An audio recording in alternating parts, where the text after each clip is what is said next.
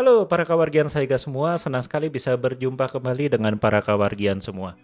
Kali ini karena masih dalam suasana Idul Fitri, maka izinkan kami juga mengucapkan terlebih dahulu selamat Idul Fitri bagi yang merayakan, mohon maaf lahir batin ya. Dan semoga diberikan keberkahan untuk menjalani tahun-tahun ke depannya.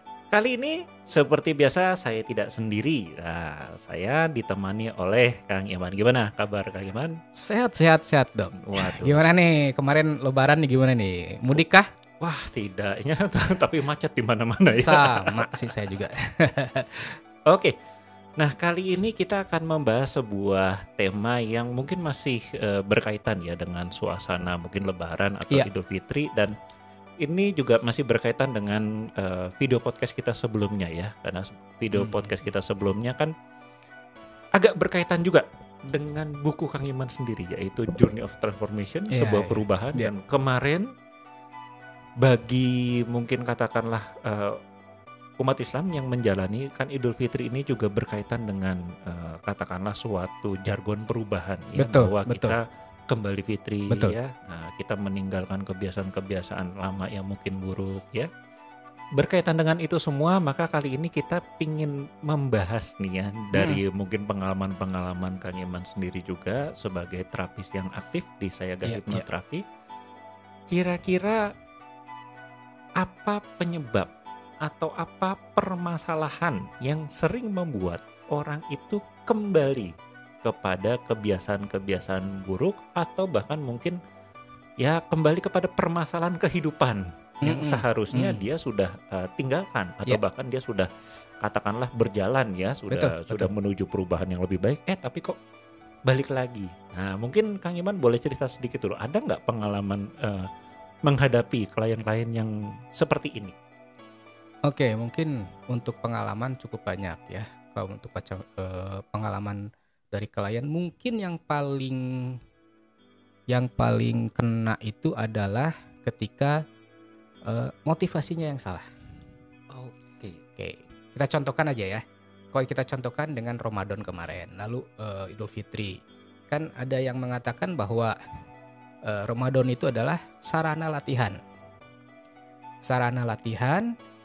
untuk digunakan selepas Idul Fitri. Latihan di mana pengendalian diri dan sebagainya dilakukan di Ramadan dan aplikasinya setelah Idul Fitri. Cuma sayangnya di sini nih motivasinya yang berbeda. Ketika motivasinya adalah hanya untuk menggugurkan kewajiban, tentunya berbeda dengan motivasi untuk perubahan dari dalam diri. Nah itu Mas Dok, itu yang pertama nih, motivasi. Yang kedua adalah tujuan. Apa sih tujuannya dia berubah? Apakah memang hanya untuk sesaat? Ataukah memang tujuannya untuk selamanya dia berubah? Itu yang kedua. Dan yang ketiga tentunya adalah lingkungan. Ini nih, kadang-kadang kita selalu melupakan bahwa faktor lingkungan juga penting. Ketika seseorang sudah berubah, masuk ruang terapi, keluar sudah berubah, sudah ada kemajuan yang signifikan, kembali ke lingkungan. Lingkungannya yang toksik tentu saja akan mempengaruhi. Mungkin dia sudah punya ketahanan, tetapi kan kalau terlalu lama di lingkungan tersebut, kata dari SPBU, kembali ke nol. Bahkan mungkin minus ya. Betul. Gitu. Ya. Ya 3 hal itu Mas. Baik ya. Nah, ini patut dicatat ini mungkin ya para kawargian Sayaga semua. Jadi ternyata dari pengalaman Kang Iman sendiri, 3 hal inilah yang sering membuat orang gagal ya, istilahnya gagal berubah. Betul. Atau mungkin sudah katakanlah mengambil langkah-langkah awal untuk perubahan, ternyata balik lagi. Yaitu tadi yang pertama adalah motivasi yang salah. Kemudian yang kedua, tujuan perubahannya yang ternyata mungkin ya katakanlah tidak benar ya, atau kurang tepat ya. Dan ketiga, nah ini juga faktor yang memang banyak para kawargian mungkin juga merasakan ya, saya tuh sebetulnya pingin berubah ya, tapi kan lingkungannya nggak bisa berubah gitu kan. Loh, masa terus saya doang yang berubah. Nah ini kan banyak sekali ya pertanyaan seperti itu ya. Nah 3 hal inilah yang para kawargian harus sudah mulai katakanlah antisipasi ya. Dari motivasi, kemudian tujuan, kemudian juga lingkungan. mungkin supaya lebih jelas nih, mungkin ada contoh kasus atau pengalaman mungkin dari Kang Iman sendiri yang di mana 3 hal ini muncul di dalam terapi. Oke, yang mungkin untuk yang motivasi ya, saya pernah menangani satu kasus alkohol, kecanduan alkohol. Itu adalah salah satu kasus yang nanti di buku saya selanjutnya itu akan saya bawa ya. Itu adalah kasus kegagalan dalam memformulasikan masalah. Saya gagal dalam menggali data dan informasi di situ.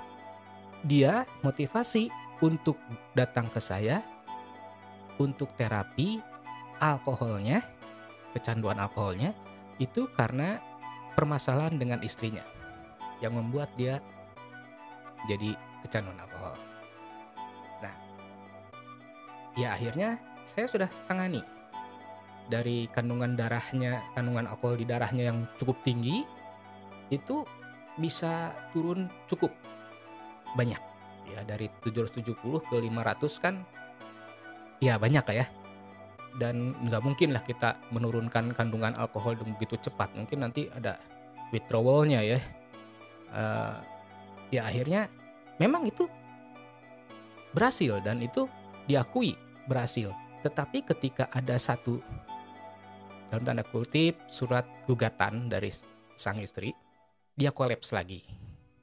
Ternyata ketika permasalahannya bukan alkohol yang membuat istrinya menjauh. Ternyata informasi saya salah. Ternyata motivasinya bukan untuk perubahan diri dia. Dalam terapi itu bukan untuk merubah. Tapi hanya menunjukkan pada istrinya bahwa saya ada niat untuk berubah dalam alkohol. Tapi semuanya runtuh ketika sang istri tetap menggugat cerai. Punya selidik bukan itu latar belakangnya. Mungkin nanti latar belakang lengkapnya itu nanti di buku ya. Saya nggak mungkin saya utarakan di video podcast ini. Cuma disitulah ternyata dalam hal motivasi, ketika motivasinya bukan untuk dirinya, nggak ada perubahan yang bisa tetap langgeng atau permanen gitu loh. Karena motivasinya hanya menunjukkan bahwa dia sudah berupaya untuk berubah. Itu yang pertama, motivasi. Jadi jangan salah orang mengatakan bahwa yang penting usaha dulu. Loh, jangan dong tanpa motivasi, tidak ada dorongan sesuatu dari dalam, ya tidak akan berhasil. Oke. Nah, ini yang mungkin para kewargian saya semua perlu tahu ya, bahwa yang pertama motivasi itu adalah yang paling penting adalah motivasi untuk diri sendiri. Betul. Ya. Ketika kita sudah mulai dari motivasi demi orang lain, ini yang kadang-kadang sudah bermasalah ya. Nah itu dia. Karena ya tadi contoh yang kasus tadi, motivasinya adalah untuk orang lain di luar dirinya, dan ketika orang lain itu ternyata tidak menanggapi dengan sesuai harapan, akhirnya kolaps lagi. Iya, jadinya trauma ya. Nah, malah jadi trauma. Kenyataan tidak sesuai harapan. Yes, betul. Ya jadinya motivasinya ya bisa hilang begitu saja ya. Betul. Tapi mungkin tadi yang disampaikan oleh Coach Iman, kalau seandainya motivasinya untuk diri sendiri, maka tentu saja ya diri sendiri kan nggak akan kemana-mana ya. Betul. Betul. Okay. Kemudian karena motivasi dari diri sendiri ini, maka tujuan atau kita mungkin boleh bilang tolak ukurnya, ini juga akhirnya kepada diri sendiri. Betul. Ya. Apa yang sebetulnya ingin dia capai ya tadi ya. Betul-betul ingin bebas alkohol karena apa dan apa, tapi semua itu untuk dirinya sendiri. Ketika tolak ukurnya kembali lagi tadi tujuannya adalah orang lain, nah sangat mudah untuk seseorang menjadi kolaps seperti itu ya. Wow, nah ini jadi para kewargian saya semua, nah itu juga jangan lupa, makanya tadi Kang Iman sebutkan di buku-bukunya ya, ada yang pertama Journey of Transformation kemarin ya. Nah ini untuk memulai perubahan, dan kemudian nanti juga ada cerita-cerita kasusnya. Nah yang jelas yang gini Mas Dok, yang tujuan itu kenapa banyak orang gagal dalam berubah, memang terkadang mereka berubah itu tanpa tujuan. Ya ada yang katakanlah diet, ya harusnya Teh Dewi yang ngomongin diet. Ada yang diet tapi tujuannya bukan bukan pengen sehat. Tujuannya nggak jelas, dia sendiri nggak tahu tujuan dia diet apa sih gitu. Apakah memang pengen sehat ataukah pengen terlihat langsing, terlihat ideal, nggak jelas gitu. Ada juga yang terapi dia sendiri tujuannya nggak jelas. Sampai akhirnya ketika ditanya harapannya apa Bu, harapannya apa Pak, nggak tahu. Lah itu kan udah pasti kita tolak kan ya, Mas Dok ya? Karena Betul. apa yang bisa kita bantu orang dia tujuannya aja nggak tahu. Iya. Nah itu. Oke. Nah itu jadi salah satu alasan yang kuat untuk katakanlah membuat sebuah perubahan ya tadi. Jadi motivasinya harus jelas. Ya paling penting ada untuk dirinya sendiri. Kemudian juga tadi tujuan atau tolak ukur. Betul. Perubahannya mau kemana ini juga penting ya. Ya mungkin kita selalu mungkin mengilustrasikan ya ibaratnya kita masuk ke sebuah kendaraan ya kan, taksi atau yang lain dan kemudian ditanya mau kemana. Dan kalau kita nggak tahu bingung juga. Supirnya mau ngarahkan kemana dan yang lebih parahnya dibawa kemana pun pasti salah. Iya. Karena tolak ukurnya nggak jelas ya kan. Dibawa ke Bandung salah, ke Jakarta salah, Surabaya salah ya karena nggak tahu perginya mau kemana. Ini kemudian faktor ketiga nih yang menarik nih. Ini sebetulnya bagaimana kita menyikapi ketika kita katakan berbicara sebuah perubahan tapi yang kita khawatirkan justru lingkungannya yang nggak berubah nih atau lingkungannya yang menyebabkan dia kembali. Nah ini sebetulnya gimana ini sikap seseorang yang ingin berubah terhadap lingkungannya? Ya kalau faktor lingkungan tentunya adalah faktor eksternal ya Dok ya. Mau segimanapun kita berusaha tetap saja lingkungan gak mungkin bisa berubah. Ada banyak pilihan. Apakah dia berusaha merubah lingkungannya atau dia keluar dari lingkungan itu, atau dia bertahan di situ dengan berbagai toksik yang sedikit demi sedikit pasti akan mengikis dia kembali ke kebiasaan lamanya gitu. Cuma yang harus diingat adalah lingkungan ini juga kan membentuk kita menjadi saat ini gitu. Ya dalam kehidupan kan ada dua sisi ya, ada baik ada buruk. Mungkin di balik lingkungan yang buruk ini ada sesuatu yang baik. Jadi ada pembelajaran di situ. Nah, jadi harus melihat dari persepsi yang lain lah supaya kitanya juga tidak terkikis oleh lingkungan. Kalau memang tidak memungkinkan untuk keluar ya. Tidak mungkin untuk merubah lingkungan dan keluar dari lingkungan itu. Baik. Nah, makanya betul tadi seperti yang Kang Iman sudah sampaikan ya, bahwa yang terpenting itu adalah motivasi, tujuan yang dari internal kita ya. Karena ya faktor lingkungan ini pada akhirnya eksternal ya, sesuatu yang tidak bisa kita kendalikan ya, mungkin seperti itu ya. Sehingga ya kembali lagi bahwa dari lingkungan ya kita hanya diwajibkan untuk mengambil pelajaran dan memanfaatkan sebagaimana kita bisa ya. Tadi tergantung dari persepsi kita, yang baik ya kita ambil.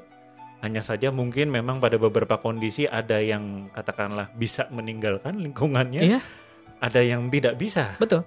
Dan akhirnya ya istilahnya dalam kehidupan manusia kita harus beradaptasi ya. Kembali lagi tadi, tapi tetap perubahan tetap bisa terjadi.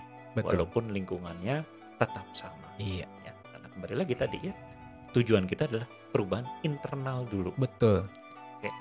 Ya karena tentu saja ya kalau perubahan internal tidak terjadi, eksternal pun tidak akan pernah terjadi. Nggak mungkin. Oke, nah ini sangat menarik sekali. Mungkin kita akan bahas lebih banyak nanti ada di podcast dan artikel kita ya. Oke. Nah sekarang untuk para kawargian semua nih yang mungkin ya tadi ya, nah ini kan baru lepas katakanlah dari ya cobaan atau tempaan selama sebulan ya. Itu pesan-pesannya apa saja nih supaya kita ya katakanlah kalau yang sudah baik ya tetap baik, yang sudah jadi lebih baik ya tetap lebih baik. Nah, bagaimana konsisten perubahan? Oke, untuk konsistennya yang jelas kan harus kembali melihat ke dalam diri. Balik lagi nih ke diri sendiri ya. Apa sih motivasinya dalam perubahan itu? Tujuannya apa sih? Ya. Kalau lingkungan ya jelas itu eksternal ya, kita nggak bisa merubah itu. Tapi kedua ini dulu harus diperkokoh.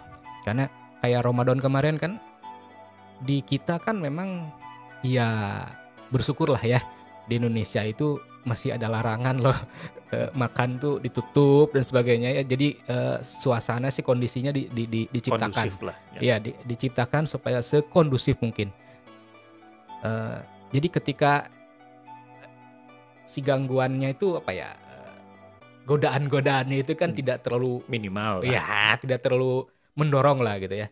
Cuma ketika beres nih, nah ini jangan jauh-jauh setelah lepas Idul Fitri ya. Pas Idul Fitri aja udah kelihatan kan. Kelihatan ketika beres sholat Id, wah itu bisa 3 mangkok, 4 mangkok gitu ya kan. Makan ketupat dan sebagainya, dan itu seperti yang pelampiasan, balas dendam. ya seperti itulah gitu. Itulah yang ketika ditanyakan apakah puasanya sukses, ya menahan laparnya sih sukses gitu. Cuma perubahan dirinya yang tidak sukses.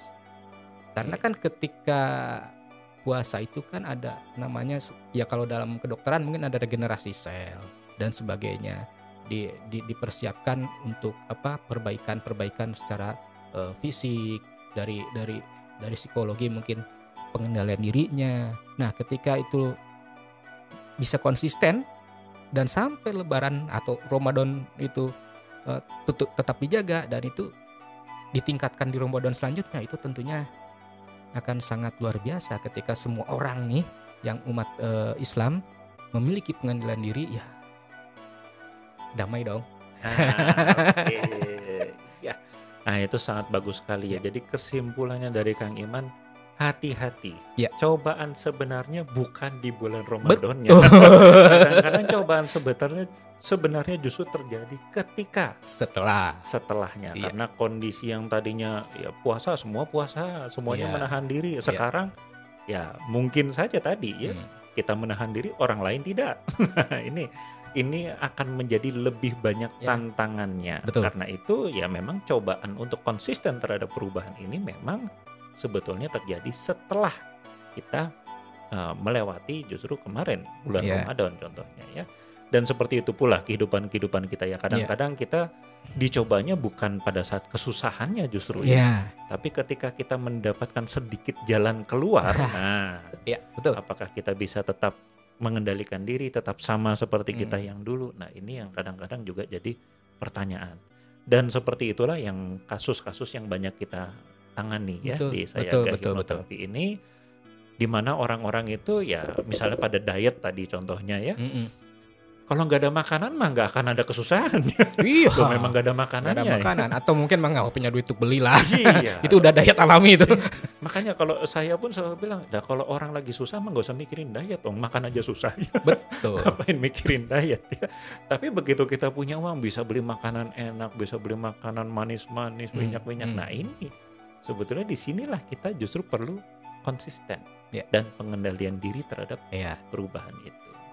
Jadi kembali lagi ya, mungkin bagi Anda yang memiliki mungkin masalah konsisten terhadap perubahan dan lain-lain ya silakan nanti boleh tulis di kolom komentar ya, atau kirim juga di media sosial kami ya. Silakan kirim pesan di media sosial kami, di Instagramnya Sayaga Hipnoterapi Bandung, ataupun di Facebooknya juga Sayaga Hipnoterapi Bandung, dan juga boleh sekali untuk kunjungi website kami di hipnoterapibandung.com. Silakan untuk menggali berbagai informasi tentang hipnosis dan hipnoterapi di dalamnya. Baik, mungkin sekian dari kami. Silakan tunggu untuk pembahasan-pembahasan lebih lanjutnya di podcast ataupun artikel kami di hipnoterapibandung.com.